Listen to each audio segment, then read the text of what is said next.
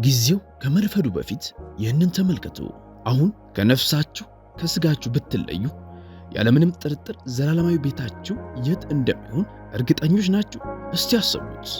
በዓለም ገዢ በፍጥረታት ጌታና በዘላለም ፈጣሪ ፊት ቆማችሁ ስለ ዘላለማዊ መዳረሻችሁ ስትሰሙ፣ መልካም አንተ በጎ ታማኝ ባሪያ፣ በጥቂቱ ታምነሃል፣ በብዙ እሾምሃለሁ የሚለውን ቃላት ትሰሙ ይሆን? ወይንስ ከቶ አላውቃችሁም እናንተ አመፀኞች ከእኔ ራቁ የሚሉትን አስፈሪ ቃላት ትሰሙ ይሆን? ምንም እንኳን አስፈሪ ቢሆንም ችላ ልንለው የማይገባ ጥያቄ ነው። መንግሥተ ሰማያት እውን ነው፣ ሲኦልም እውነት ነው። እና ወደዳችሁም ጠላችሁም እያንዳንዳችን እያዘገምን ያለነው ወደ አንዳቸው ነው። ነገር ግን መልካም ዜና አለ። መጽሐፍ ቅዱስ መንገዳችን ወደ መንግሥተ ሰማያት እያመራ እንደሆነ የሚያመለክቱ ግልጽና የማይካዱ ምልክቶችን ይሰጠናል። እናም በዛሬው ዕለት ከእነዚህ ምልክቶች ውስጥ 6ቱን እንመለከታለን። ይህንን መልእክት ከሰማችሁ በኋላ በእውነት ድኛለሁ ወይም ወደ መንግሥተ ሰማያት እገባ ይሆን ብላችሁ አትወዛገቡም። ምክንያቱም ምላሹን ለማግኘት በቀጥታ የምንሄደው ወደ እግዚአብሔር ቃል ነውና። እና ልንገራችሁ፣ ይህ ስለ አመለካከት፣ ባህልና ጥሩ ስሜቶች ሳይሆን መጽሐፍ ቅዱስ ስለሚለው ነገር ነው። ስለዚህም ከእግዚአብሔር ጋር የቱ ጋር እንደቆማችሁና ስለ መዳናችሁ 100% እርግጠኞች ለመሆን ከፈለጋችሁ አብራችሁን ቆዩ። የዘላለማዊነት እውነታ ይህን ያክል አስፈላጊ የሆነው ለምንድን ነው? ወደ እነዚህ 6 ምልክቶች ከመግባታችን በፊት አንድ ነገር ግልጽ እናድርግ። ዘላለማዊ ሕይወት ጨዋታ አይደለም። አንድ ቀን እያንዳንዳችን ያለምንም ጥርጥር በእግዚአብሔር ፊት እንቆማለን። መጽሐፍ ቅዱስ በዕብራውያን ምዕራፍ 9 ቁጥር 27 ላይ ለሰዎችም አንድ ጊዜ መሞት ከእርሱ በኋላም ፍርድ እንደተመደበባቸው ይላል። አሁን እስትንፋሳችን ከእኛ ጋር ሳለች የምንመርጠው ምርጫም የዘላለማዊ ሕይወታችንን ይወስናል። እናም አሁን እያንዳንዶቻችሁ ምን እያሰባችሁ እንደሆነ አውቃለሁ። ሁላችንም ወደ መንግሥተ ሰማያት አይደለም እንደምንገባው? ጥሩ ሰው እስከሆንኩ ድረስ እግዚአብሔር ያስገባኛል አይደል? በደንብ አድምጡኝ። ይህ ሰይጣን እንድታምኑት የሚፈልገው ትልቅ ውሸት ነው። ኢየሱስ ራሱ በማቴዎስ ወንጌል ምዕራፍ 7 ከቁጥር 13 እስከ 14 ላይ ወደ ሕይወት የሚወስደው ደጅ የጠበበና ጥቂቶች ብቻ እንደሚያገኙት፣ ወደ ጥፋት የሚወስደው ደጅ ግን ሰፊና መንገዱም ትልቅ እንደሆነ ተናግሯል።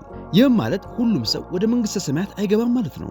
እንዲያውም ኢየሱስ በተናገረው መሠረት ከመንግሥተ ሰማያት ይልቅ ብዙዎች የሚገቡት ወደ ሲኦል ነው። ይህንን የምነግራችሁ ላስፈራራችሁ ሳይሆን ለነፍሳችሁ ግድ ስለሚለኝና ከእኔ በላይ ደግሞ እግዚአብሔር ለነፍሳችሁ ስለሚጨነቅ ነው።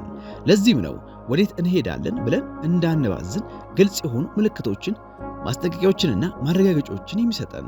የምንመለከታቸውን 6 መጽሐፍ ቅዱሳዊ ምልክቶች እስካሁን በሕይወታችሁ ካላያችሁ አትደንግጡ። እግዚአብሔር አሁንም በሕይወታችሁ ላይ እየሠራ ነው። ዓላማዬ መዳናችሁን እንድትጠራጠሩ ማድረግ ሳይሆን ልባችሁን እንድትመረመሩና ወደ እግዚአብሔር እንድትቀርቡ ማድረግ ነው። ስለዚህ ዝግጁ ናችሁ? ወደ መጀመሪያው ምልክት እንለፍ። የመጀመሪያው ምልክት ጌታ ኢየሱስን እንደ ጌታና የግል አዳኛችሁ ተቀብላችኋል? እጅግ አስፈላጊ ከሆነው ምልክት እንጀምር። ከኢየሱስ ጋር ያላችሁ ቅርበት። ኢየሱስ ክርስቶስ በዮሐንስ ወንጌል ምዕራፍ 14 ከቁጥር 6 ላይ እኔ መንገድና እውነት ሕይወትም ነኝ፣ በእኔ በቀር ወደ አብ የሚመጣ የለም በማለት ግልጽ ምልክት ሰጥቶናል። ይህም ማለት ወደ መንግሥተ ሰማያት የምንገባው ሌላ መንገድ የለም ማለት ነው። ጥሩ ሰው በመሆን እሑድ እሑድ ቤተክርስቲያን በመሄድ ለድሆች በመለገስም ሆነ ሃይማኖታዊ ትእዛዛትን በማክበር ሳይሆን በኢየሱስ በኩል ብቻ። ስለዚህ ይህንን ጥያቄ ልጠይቃችሁ። በእውነት ጌታ ኢየሱስን እንደ ግል አዳኛችሁ እና ጌታችሁ ተቀብላችኋል? እየጠየቅኳችሁ ያለሁት በእግዚአብሔር ማመናችሁን አሊያም ኢየሱስን ማወቃችሁ አይደለም። ይህንን አጋንንቶች እንኳን ያውቁታል። ትክክለኛው ጥያቄ ሕይወታችሁን ለእርሱ አሳልፋችሁ ሰጥታችኋል ወይ ነው። እውነተኛ መዳን ምን ይመስላል? ብዙ ሰዎች በክርስቲያን ቤተሰብ ውስጥ ስላደጉ፣ በልጅነታቸው ስለተጠመቁና እሑድ እሑድ ቤተ ክርስቲያን ስለሄዱ ክርስቲያን የሆኑ ቢመስላቸውም ነገር ግን መዳን የሚገኘው ስራችሁ ላይ ሳይሆን ልባችሁ ላይ ነው። ሮሜ ምዕራፍ 10 ከቁጥር 9 ሲናገር እንዲህ ይላል፣ ኢየሱስ ጌታ እንደሆነ በአፍህ ብትመሰክር እግዚአብሔርም ከሙታን እንዳስነሳው በልብ ብታምን ትድናለህ። ይህ ጸሎት ስለማድረግ ሳይሆን በእውነት ክርስቶስን ስለማመንና ሕይወታችሁን አሳልፋችሁ ስለመስጠት ነው። ይህም ማለት ጥፋተኝነት ስለተሰማችሁ ብቻ ለኃጢአታችሁ ንስሐ መግባት ብቻ ሳይሆን ከኃጢአታችሁ በመራቅ ኢየሱስን ለመከተል መምረጥም ጭምር ነው። በኢየሱስ ክርስቶስ የመስቀል ሥራ የምንታመነው ራሳችንን ማዳን እንደማንችል ስለምናውቅ ነው። ኢየሱስን የሕይወታችሁ ጌታ አድርጋችሁ ሾማችሁ ማለት የሕይወታችሁ አካል ሳይሆን ሙሉ በሙሉ ሕይወታችሁ ሆነ ማለት ነው። ኢየሱስን ከተቀበላችሁ በዮሐንስ ወንጌል ምዕራፍ 10 ከቁጥር 8 ላይ እንደተጻፈው ይህ መንግሥተ ሰማያት ለመግባታችሁ ትልቅ ዋስትና ነው። እኔም የዘላለም ሕይወትን እሰጣችኋለሁ፣ ለዘላለም አይጠፋም፣ ከእጄም ማንም አይነጥቃችሁም። ሐሰተኛ ንግግሮችና እውነተኛ እምነት። ራሱን ክርስቲያን ነኝ ብሎ የጠራ ሁሉ በእውነት የዳነ አይደለም። ኢየሱስ በዚህ ጉዳይ ላይ በማቴዎስ ወንጌል ምዕራፍ 7 ከቁጥር 21 እስከ 23 የብዙዎቻችንን ልብ የሚያውቅ ማስጠንቀቂያን ሰጥቶናል። በሰማያት ያለውን የአባቴን ፍቃድ የሚያደርግ እንጂ ጌታ ሆይ ጌታ ሆይ የሚለኝ ሁሉ መንግሥተ ሰማያት የሚገባ አይደለም። በዚያ ቀን ብዙዎች ጌታ ሆይ ጌታ ሆይ በስምህ ትንቢት አልተናገርንምን? በስምህስ አጋንንትን አላወጣንምን? በስምህስ ብዙ ታምራትን አላደረግንምን? ይሉኛል። የዚያን ጊዜም ከቶ አላውቃችሁም እናንተ አመፀኞች ከእኔ ራቁ ብዬ እመሰክርባችኋለሁ። እነዚህ ድነናል ብለው ያሰቡ ሰዎች ነበሩ። ነገሮችን ሁሉ በኢየሱስ ስም ያደርጉ የነበረ ቢሆንም ነገር ግን ኢየሱስ አላውቃችሁም አላቸው። ለምን? እነዚህ ሰዎች የነበራቸው ሃይማኖት እንጂ ግንኙነት አልነበረም። ምናልባትም ቤተ ክርስቲያን ሄዱ ነበር ወይም ጥሩ ሥራን ሰርተው ነበር። ነገር ግን በእውነት ሕይወታቸውን ለኢየሱስ አሳልፈው አልሰጡም። ስለዚህ ራሳችሁን ጠይቁ። በእውነት ኢየሱስን አውቀዋለሁ ወይስ ስለ ኢየሱስ ነው የማውቀው? እምነታችሁ እውነተኛ ከሆነ መንገዳችሁ ወደ መንግሥተ ሰማያት እንደሆነ መተማመን ትችላላችሁ።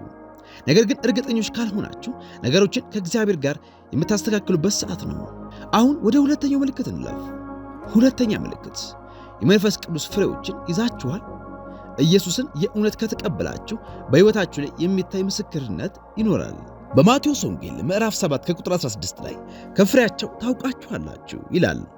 ይህ ምን ማለት ነው?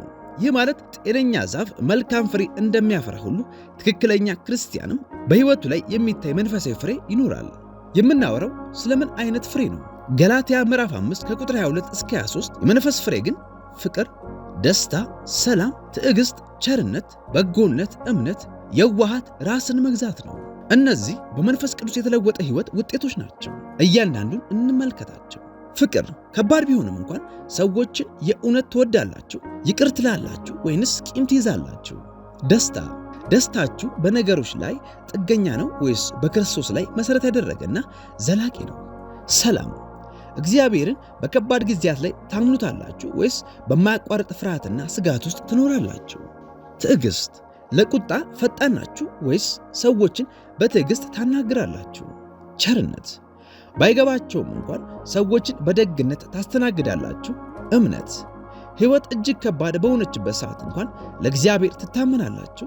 የዋሃት ሰዎችን በፍቅር ታናግራላችሁ ወይስ በቃላቶቻችሁ ልባቸውን ትሰብራላችሁ? ራስን መግዛት በድርጊቶቻችሁ የተቆጠባችሁ ናችሁ ወይስ በቀላሉ በፈተና ትወድቃላችሁ? መልካም ሥራዎች ባያድኗችሁም እምነታችሁን ይገልጣሉ።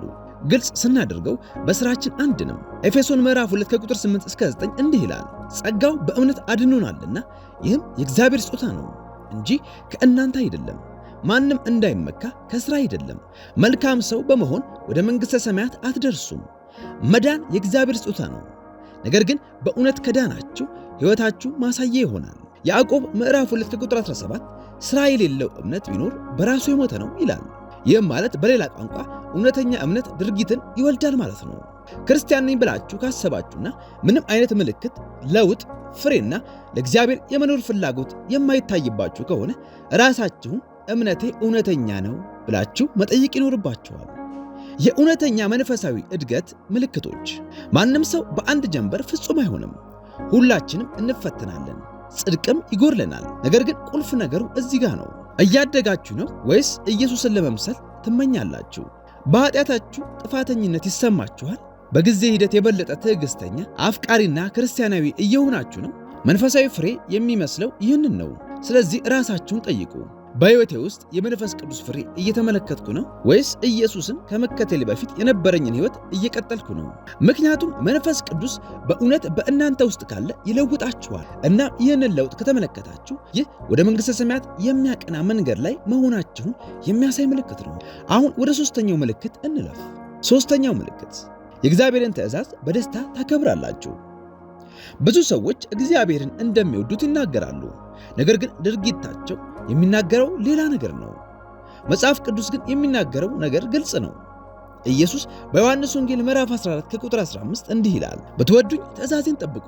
አስተውሉ፣ ብትወዱኝ ስለ ትእዛዜ ታስባላችሁ፣ ወይም ብትወዱኝ ሲመቻችሁ ትታዘዛላችሁ አላለም። ብትወዱኝ ትእዛዜን ጠብቁ። ይህም በሌላ ቋንቋ መታዘዝ ለእውነተኛ ክርስቲያን የድርድር ጉዳይ አይደለም ማለት ነው። መታዘዝ ለመዳናችሁ የሚሰጥ ምላሽ ነው። ነገር ግን አንድን ነገር ግልጽ እናድርግ፣ የዳነው ለእግዚአብሔር ስለታዘዝን አይደለም። መጽሐፍ እንደሚለው ጸጋው በእምነት በኩል አድኖናል። ነገር ግን በእውነት ስትድኑ መታዘዝ ያለምንም አስገዳጅነት ይከተላል። እንደዚህ ያስቡት፣ አንድን ሰው የእውነት ስትወዱት የምትታዘዙላቸው ከፍርሃት ወይም ከግዴታ የተነሳ ሳይሆን እነርሱን ለማስደሰትና ከፍቅር የተነሳ ነው። ለእግዚአብሔርም እንደዚሁ ነው። የእውነት የምትወዱት ከሆነ የሚያስደስተውን ነገር ለማድረግ ትሞክራላችሁ። አንደኛ ዮሐንስ ምዕራፍ 2 ከቁጥር 3 እስከ 4 እንዲህ ይላል፣ ትእዛዙን ብንጠብቅ በዚህ እንዳወቅነው እናውቃለን። አውቄዋለሁ የሚል ትእዛዛቱንም የማይጠብቅ ውሸተኛ ነው፣ የእውነትም በእርሱ ውስጥ የለም። ይህ ከባድ የሆነ ቃል ነው። መጽሐፍ ቅዱስ እንደሚለው አንድ ሰው እግዚአብሔርን አውቀዋለሁ እያለ የማይታዘዝ ከሆነ እየዋሸ ነው ማለት ነው። መታዘዝ ማለት አንድን ቅጣት ለማስቀረት የተዘረዘሩ ሕግጋትን መከተል ማለት አይደለም። ትክክለኛ መታዘዝ የሚመጣው ከፍቅርና ኢየሱስ ያደረገልን ነገር ካለን ከልብ የመነጨ ምስጋና ነው። ኢየሱስም በማቴዎስ ወንጌል ምዕራፍ 22 ከቁጥር 37 ላይ እንዲህ ብሏል፣ ጌታ አምላክህን በፍጹም ልብህ፣ በፍጹም ነፍስህም፣ በፍጹም ሐሳብህም ውደድ። ታላቂቱና ፊተኛይቱ ትእዛዝ ይህች ናት። ሁለተኛይቱ ይህችን ትመስላለች፣ እርሷም ባልንጀራን እንደ ነፍስህ ውደድ የምትለው ናት። እግዚአብሔርን በእውነት የምንወደው ከሆነ ያለምንም አስገዳጅነት መንገዱን እንከተላለን። ይህንን የምናደርገው ማድረግ ስላለብን ሳይሆን ማድረግ ስለምንፈልግ ነው። ማንም በማያችሁ ሰዓት ላይ እግዚአብሔርን ትታዘዙታላችሁ? ለእግዚአብሔር የምትታዘዙት በሰው ሁሉ ፊት ነው ወይስ ማንም በሌለ ሰዓትም በመታዘዝ ትኖራላችሁ? እውነተኛ መታዘዝ የሚኖረው በጓዳ ነው። ማንም ሳያያችሁ በምትመርጧቸው ምርጫዎች፣ ምንም ሳታገኙ ለሰዎች የምትሰጡት ነገሮችና ማንም የሚያጨበጭቡላችሁ ሰዎች ሳይኖሩ ሕይወታችሁን በምትኖሩባችሁ መንገዶች ነው። ስለዚህም ራሳችሁን ጠይቁ፣ እግዚአብሔርን የምታዘዘው ስለምወደው ነው ወይስ ማድረግ እንዳለብኝ ስለማውቅ ነው? ነገሮች በከበዱ ሰዓት እንኳን በመታዘዝ እያደግኩ ነው? የእግዚአብሔርን ትእዛዝ እከታተላለሁ? ማንም በማያችሁ ሰዓት እንኳን ምላሻችሁ አዎን ከሆነ ይህ መንገዳችሁ ወደ መንግሥተ ሰማያት እያቀና መሆኑን የሚያሳይ ምልክት ነው። አሁን ወደ ቀጣዩ ምልክት እንለፍ። አራተኛ ምልክት፣ ሌሎችን በጥልቀትና እንደ ነፍሳችሁ ትወዳላችሁ። ይህኛው እጅግ ትልቅ ነው። መጽሐፍ ቅዱስ ሌሎችን የማትወዱ ከሆነ በእውነት እግዚአብሔርን እንደማታውቁት በግልጽ ይናገራል። አንደኛ ዮሐንስ መልእክት ምዕራፍ 4 ከቁጥር 7 እስከ 8 እንደሚለው ወዳጆች ሆይ ፍቅር ከእግዚአብሔር ስለሆነ የሚወደውም ሁሉ ከእግዚአብሔር ስለተወለደ እግዚአብሔርንም ስለሚያውቅ እርስ በርሳችን እንዋደድ። ፍቅር የሌለው እግዚአብሔርን አያውቅም፣ እግዚአብሔር ፍቅር ነውና። አያችሁ፣ ካልተዋደዳችሁ እግዚአብሔርን አታውቁትም። ፍቅር ታላቁ ትእዛዝ ነው። ኢየሱስ ከትእዛዛት ሁሉ የሚበልጠው ትእዛዝ ምን እንደሆነ ሲጠየቅ ጌታ አምላክህን በፍጹም ልብህ፣ በፍጹም ነፍስህም፣ በፍጹም ሐሳብህም ውደድ። ታላቂቱና ፊተኛይቱ ትእዛዝ ይህች ናት። ሁለተኛይቱ ይህችን ትመስላለች፣ እርሷም ባልንጀራን እንደ ነፍስ ውደድ የምትለው ናት በማለት መልሷል። ይህም ማለት ፍቅር አማራጭ ሳይሆን የነገሮች ሁሉ መሰረት ነው ማለት ነው። የእውነተኛ ክርስቲያን ፍቅር ምን ይመስላል? ብዙ ሰዎች ፍቅር ማለት ጥሩ መሆን ብቻ መስሎ ቢታያቸውም ነገር ግን መጽሐፍ ቅዱሳዊ ፍቅር ከዚህ የበለጠ ነው። በአንደኛ ቆሮንቶስ ምዕራፍ 13 ከቁጥር 4 እስከ 7 መሰረት ፍቅር ትዕግስተኛ ነው። እናንተ ፊተኛ የሆኑ ሰዎችን ትታገሳላችሁ ወይስ በቀላሉ እልህ ውስጥ ትገባላችሁ? ፍቅር ቸርነትን ያደርጋል ይላል። ባይገባቸውም እንኳን ለሰዎች ደግ ትሆናላችሁ። አይቀናም፣ አይመካም። የሌሎችን ስኬት እንደራሳችሁ ታከብራላችሁ ወይስ ትቀናላችሁ? አይታበይም፣ የማይገባውንም አያደርግም። በየዋህነት ትመላለሳላችሁ ወይንስ ሁልጊዜም ራሳችሁን ለማሳየት ትጥራላችሁ? የራሱን አይፈልግም። ሌሎችን ከራሳችሁ ታስቀድማላችሁ። በቀላሉ አይበሳጭም። በቶሎ ይቅር ትላላችሁ። በደልን አይቆጥርም። ያለፈውን ነገር ትረሳላችሁ ወይስ ክፋትን ይዛችሁ ትቆያላችሁ? በፈተና ጊዜስ ሌሎችን ትወዳላችሁ? ኢየሱስ በሉቃስ ወንጌል ምዕራፍ 6 ከቁጥር 27 እስከ 28 እንዲህ ይላል፣ ነገር ግን ለእናንተ ለምትሰሙ እላችኋለሁ፣ ጠላቶቻችሁን ውደዱ፣ ለሚጠሏችሁ መልካሙን አድርጉ፣ የሚረግሟችሁን መርቁ፣ ስለሚበድሏችሁ ጸልዩ። የሚወዷችሁን መልሳችሁ መውደድ ቀላል ነገር ነው። ኢየሱስ የሚያዘን ጠላቶቻችን እንድንወድ ነው።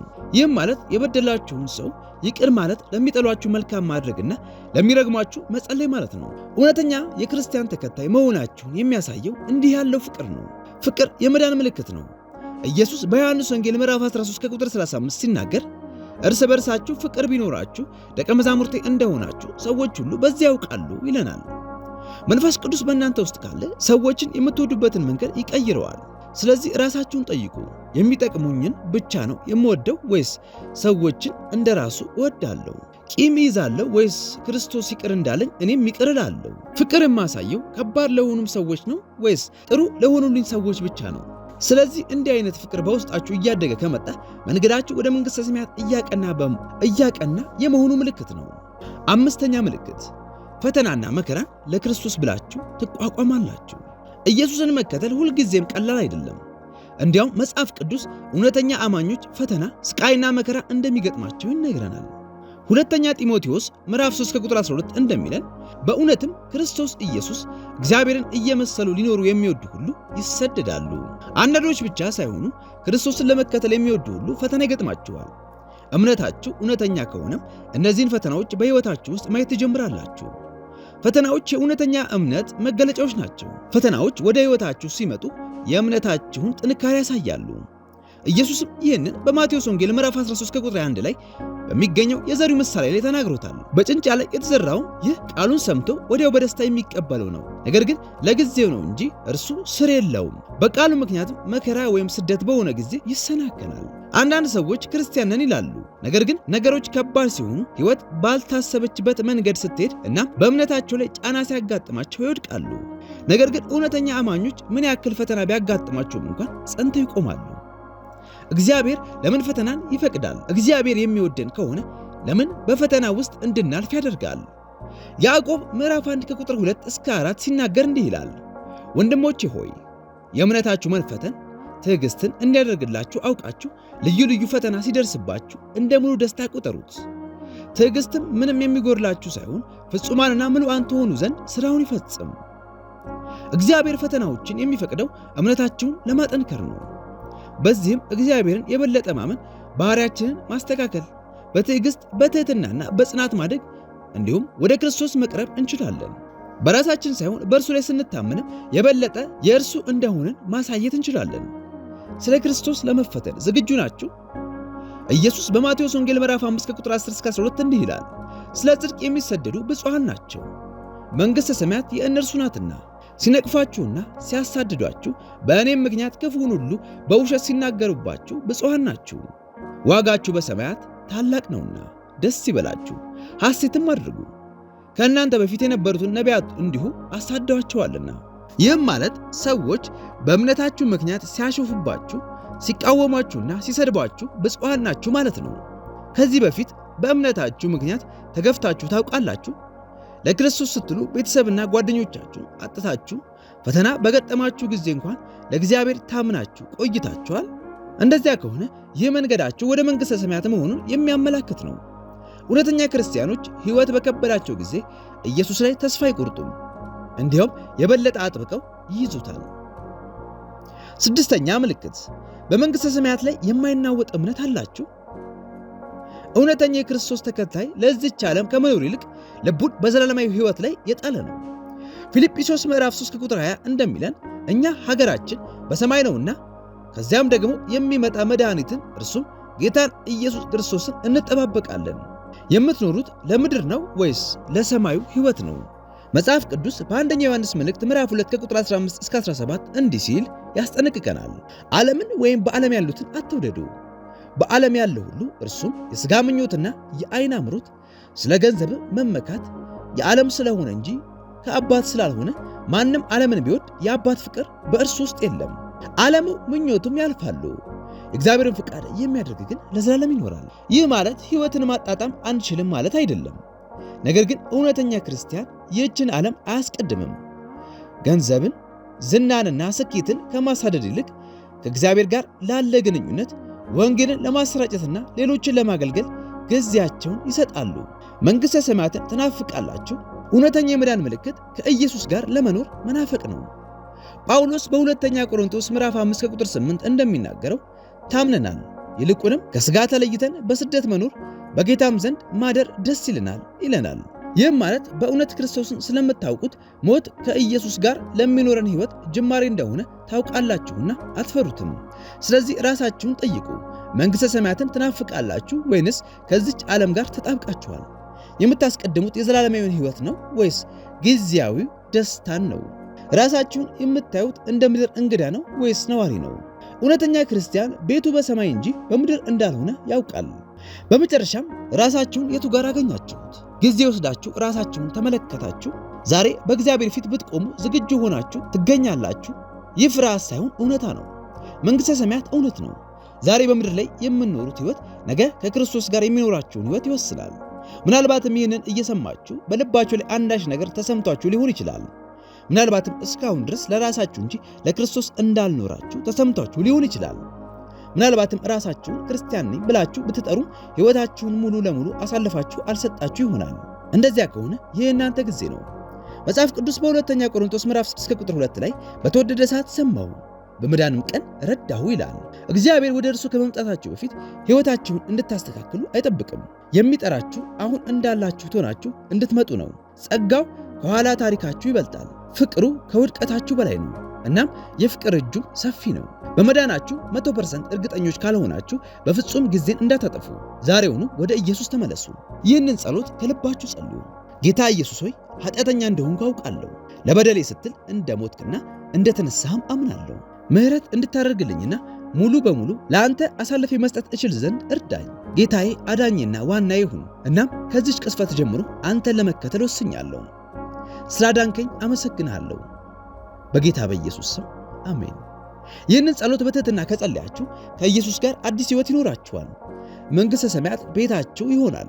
በመንገዳችሁም እግዚአብሔር ከእናንተ ጋር ይሆናል። በእምነት ደጉ፣ መጽሐፍ ቅዱስ አንብቡ፣ ዘወትር ጸልዩ። እናም ዙሪያችሁን በሚያበረታቷችሁ ሰዎች ክበቡ። እናም ይህንን መልእክት ለራሳችሁ ብቻ ከመስማት ይልቅ ሌሎች መስማት ለሚያስፈልጋቸውም አጋሩ። ኢየሱስ ተመልሶ ይመጣል። ጥያቄው ዝግጁ ናችሁ ወይ የሚለው ነው። ዝግጅታችን ይህንን ይመስል ነበር። ለቻናሉ አዲስ ከሆናችሁ ቻናሉን ሰብስክራይብ እንዲሁም ላይክ፣ ሼር ማድረግ አይርሱ። ይህንን አገልግሎት መደገፍ ከፈለጋችሁ ደግሞ ከታች በዲስክሪፕሽን ቦክስ ላይ በሚገኘው አድራሻችን አገልግሎቱን መደገፍ ይችላሉ። ስለሰማችሁን እናመሰግናለን።